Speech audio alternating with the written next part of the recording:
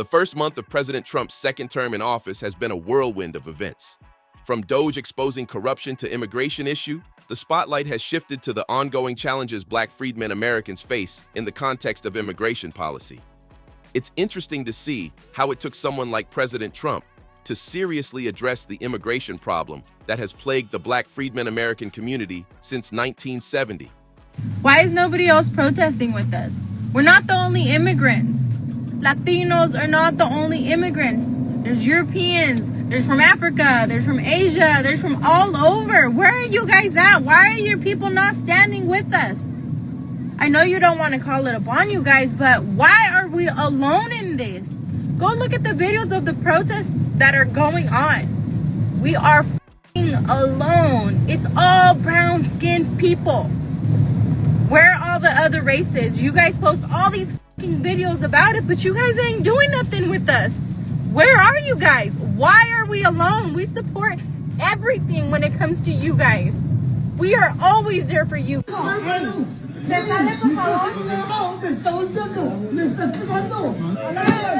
¿Por qué? ¿Por qué?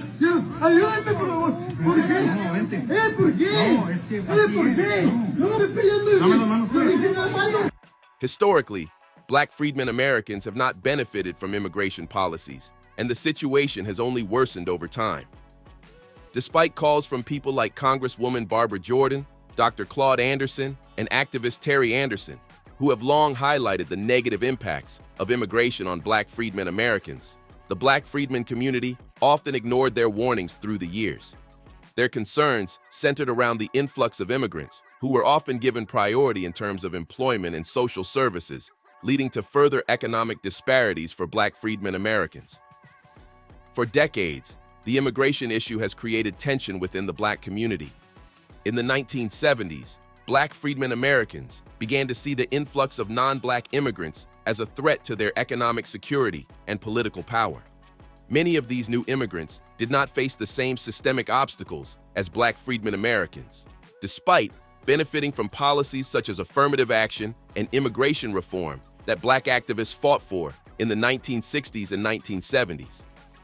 The false narrative of a Black and brown coalition has been a point of contention for many Black freedmen Americans.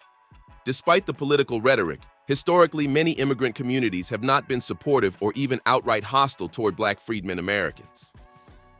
From the 1950s onwards, leaders of the League of United Latin American Citizens and other groups have made it clear that their priorities did not include alliances with Black freedmen Americans. In more recent decades, there has been a rise in anti-Black sentiment within many Asian, Arab, and Latin American communities, creating further division between Black freedmen Americans and immigrant groups.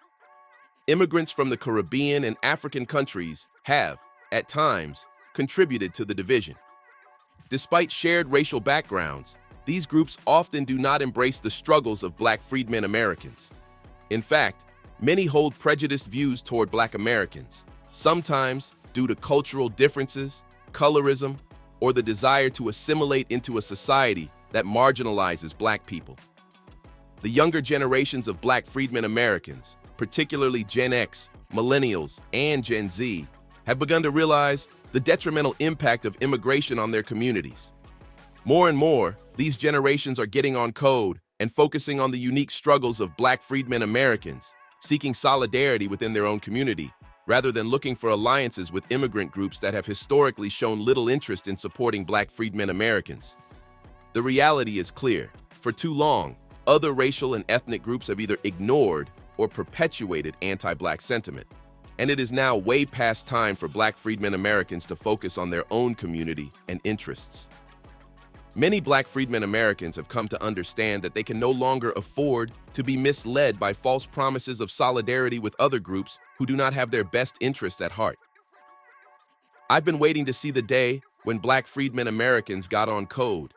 The era of seeking alliances that never materialized has come to an end, and more Black freedmen Americans are beginning to get and stay on code while prioritizing their own needs and concerns in the fight for economic, social, and political empowerment. Tell me what you think about this topic. Feel free to like, subscribe, share, comment. Thanks for watching.